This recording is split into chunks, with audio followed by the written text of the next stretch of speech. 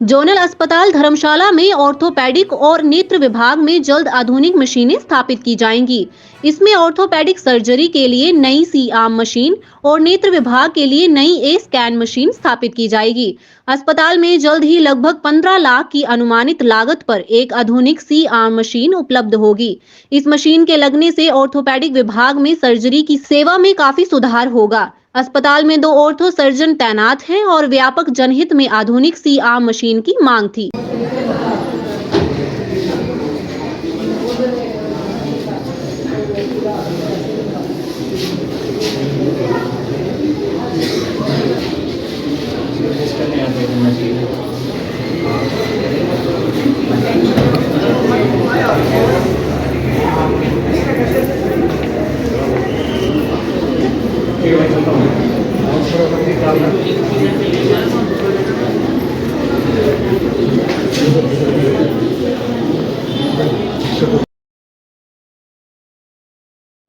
New जो equipments हैं वो इंस्टॉल किए जा रहे हैं, कितनी लागत से ये इंस्टॉल होंगे और क्या लाभ जो है इसका जो है मरीजों को मिलेगा?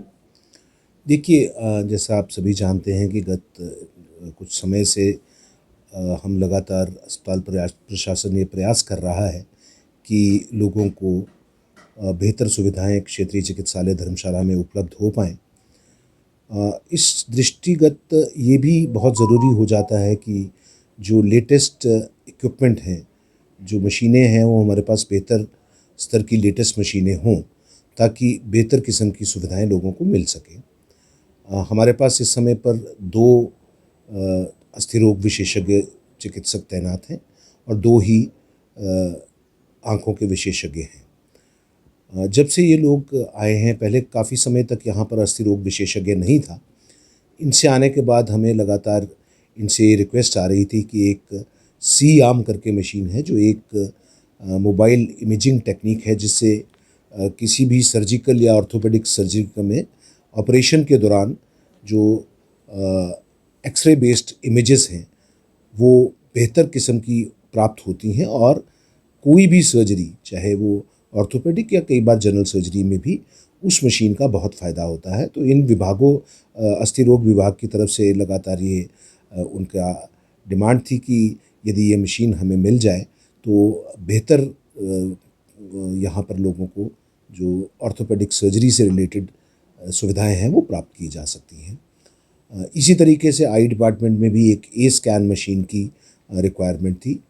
हमने रोगी कल्याण समिति के माध्यम से ये प्रपोज़ल जो हमारे चेयरमैन हैं और उपायुक्त कांगड़ा, उनके पास ये उठाया था और लगभग 20 लाख रुपए की लागत से इन दोनों मशीनों के प्रोक्योरमेंट का जो गवर्नमेंट ई मार्केटिंग पोर्टल है उसके माध्यम से हमें यह अप्रूवल प्राप्त हुआ है और हमने ये जो प्रक्रिया है अब ये शुरू कर दी है। तो अब ये 2 मशीनें सी आर्म, जो ऑर्थोपेडिक सर्जरी में बहुत सहायक मशीन होती है, और latest state of the art machine की प्रोक्योरमेंट के लिए हमने ये प्रक्रिया आरंभ कर दी है और मैं आशा करता हूँ कि आने वाले 3 हफ्तों से 4 हफ्तों के बीच में ये प्रक्रिया फाइनल हो जाएगी। और सिमिलरली आई में जो कैटरैक्ट सर्जरी में लेंस की पावर कैलकुलेशन के लिए ज़रूरी एक मशीन होती है, जो यहाँ पर कुछ समय से पुरानी मशीन ख़राब हो गई थी, ए स्कैन मशीन, वो भी लगभग 5 लाख रुपए की लागत से उसकी प्रक्रिया भी आरंभ कर दी है और वो भी